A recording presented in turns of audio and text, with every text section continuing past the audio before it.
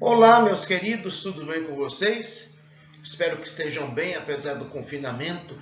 Imagino para vocês como deve estar difícil ficar em casa, não poder sair. Caso vão à rua, só em alguns momentos muito especiais, só em caso de necessidade, né, em força maior, deve ser difícil mesmo, né? Então vamos aproveitar o nosso tempo estudando. E nós já começamos a falar sobre dissertação. Então vejam, né? É uma coisa que você já sabe, essa matéria de revisão, não é novidade para ninguém.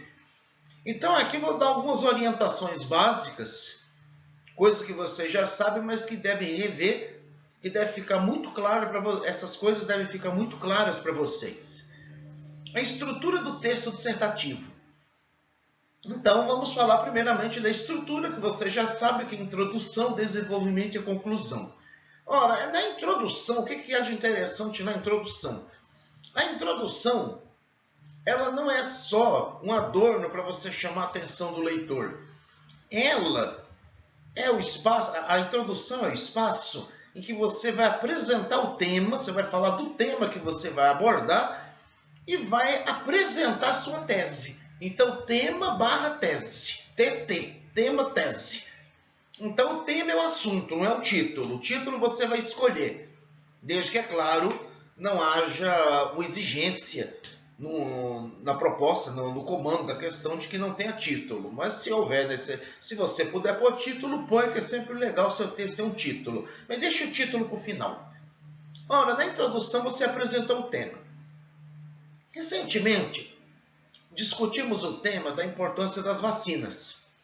Ora, um aluno veio apresentar para mim a ideia de que ele achava que o Estado deveria vacinar as pessoas à força, que deveria ser impositivo. Ora, independente do mérito da questão, se você concorda ou não, então aqui eu não vou discutir o mérito, mas o método.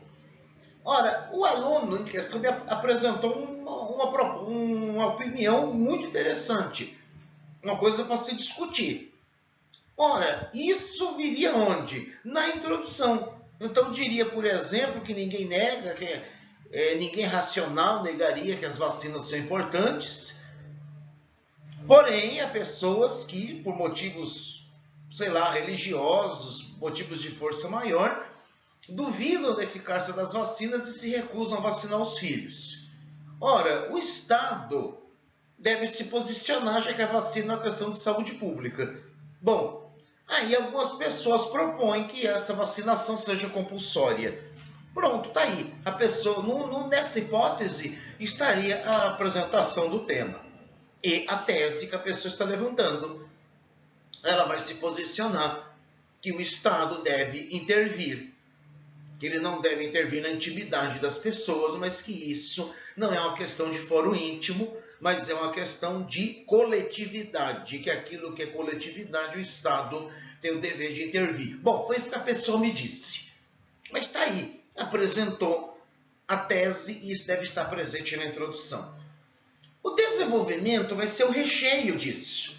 No desenvolvimento, você irá falar, você vai desenvolver, você vai ampliar aquilo que você apresentou na introdução. Então, o desenvolvimento é uma parte que você, com argumentos sólidos, relevantes, sobretudo pertinentes, vai defender a sua tese. Agora, veja, você tem que raciocinar com lógica, com organização, com equilíbrio, com objetividade e clareza. A dissertação não é espaço para paixões. Por mais que nós tenhamos as nossas convicções, todos nós temos, neutro é sabão, ninguém aqui é sabão, todos nós temos nossas convicções. Ora, essas convicções devem ser defendidas com um raciocínio lógico, organizado, equilibrado, objetivo e claro. E tem que tomar cuidado para não fugir disso. Quer dizer, não ser violento, não desqualificar os outros, não atacar aquele que pensa diferente. Por fim, a conclusão, que é o espaço em que você vai fechar o seu texto. No Enem, se pede a proposta de intervenção. Ora, eu tenho um problema, eu vou apresentar a redação, o tema já encaminhado com isso, que é um problema a ser resolvido. Então você vai ter que, no último parágrafo, apresentar sua proposta de intervenção. Nós teremos oportunamente um vídeo só sobre proposta de intervenção. Ora, em algumas redações, como a FUVEST, por exemplo, você não tem essa necessidade de fazer uma proposta de intervenção.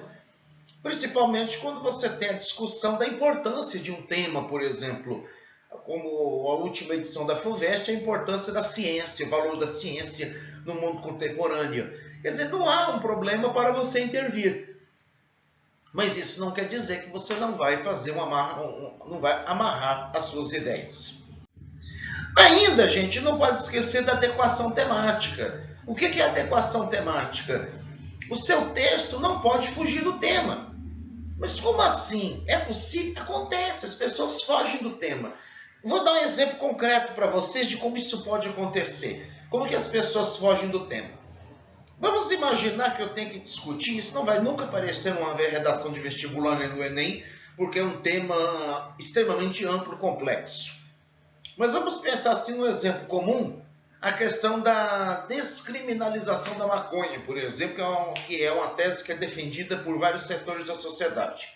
Ora, as pessoas que defendem a descriminalização da maconha, um dos argumentos que elas usam é que muitas pessoas são presas com quantidades pequenas. Elas são presas por tráfico, já que a maconha, como droga recreativa, não é aceita, e mesmo o cultivo doméstico para uso pessoal, mesmo assim é crime, isso está tipificado no ordenamento jurídico brasileiro. Você não pode plantar um vasinho de maconha na sua casa para você dar umas tragadas quando você tiver vontade, isso é crime também, não é só você ir lá na biqueira comprar. Então muita gente acaba sendo presa nessas circunstâncias e isso enche o sistema prisional. Pronto, já estou fugindo do tema.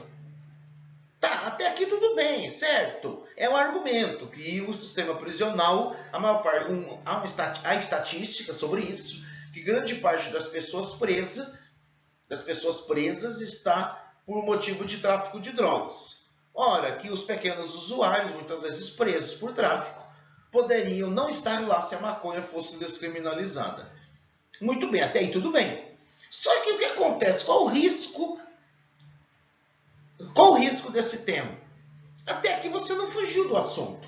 Você falou da questão de descriminalizar a maconha, que um argumento seria o fato de que muitas pessoas pequenas, muitas pessoas comuns são presas por posse de droga, por tráfico, sendo que às vezes elas não são traficantes no sentido formal da palavra, e aí elas vão para o sistema prisional. Aí lá no sistema prisional, elas vão ter contato com pessoas de alta periculosidade, que o sistema prisional é uma escola do crime. Pronto, você fugiu do tema. Que aí você vai falar de superlotação, que o Brasil tem a terceira maior população carcerária do planeta, e etc, etc. Pronto, você fugiu do tema. Então, é uma coisa que se deve tomar muita atenção. Não fugir do tema. Certo, gente?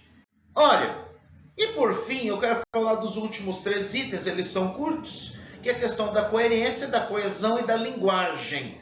A coerência é o nexo entre as ideias, entre a tese e os argumentos. Você não vai falar de uma tese e vai rebater essa tese ao longo do seu texto. Ou você defende ou não defende. Então, o seu texto ele tem que ter harmonia entre as partes. Ele tem que progredir. Você não pode ficar no mesmo lugar sem sair das ideias. E, ao mesmo tempo que você tem que progredir, essa progressão, que é a coerência, ela vai se dar pela ligação entre as partes. Essa ligação é a coesão. E para fazer a devida coesão, eu preciso mexer com a parte sintática do texto. Teremos, em algum momento, algum vídeo apenas sobre isso. E, por fim, a linguagem, que deve ser referencial. Por isso que alguns manuais sugerem que você não use primeira pessoa. Por que você não deve usar primeira pessoa na dissertação? Porque a primeira pessoa é uma marca de função emotiva ou expressiva. E o seu texto dissertativo ele tem que ser referencial. ele tem que ser objetivo, e para isso você tem que construir períodos curtos, tem que fazer de ordem direta, um vocabulário nem excessivamente formal, precioso, nem desleixado, e a pontuação tem que estar adequada. Aliás, a linguagem é a primeira competência avaliada pela banca corretora do Enem, que é a parte do uso da norma culta. Gente, era isso que eu tinha para falar para vocês nesse momento. Espero que vocês tirem proveito desse vídeo, e aqueles que não terminaram ainda, façam as atividades, terminem a apostila 1, dê uma olhada nos tópicos da apostila 1, me contatem se tiverem dúvidas, e vamos continuar depois que as coisas normalizarem na apostila 2. Um grande abraço para todos.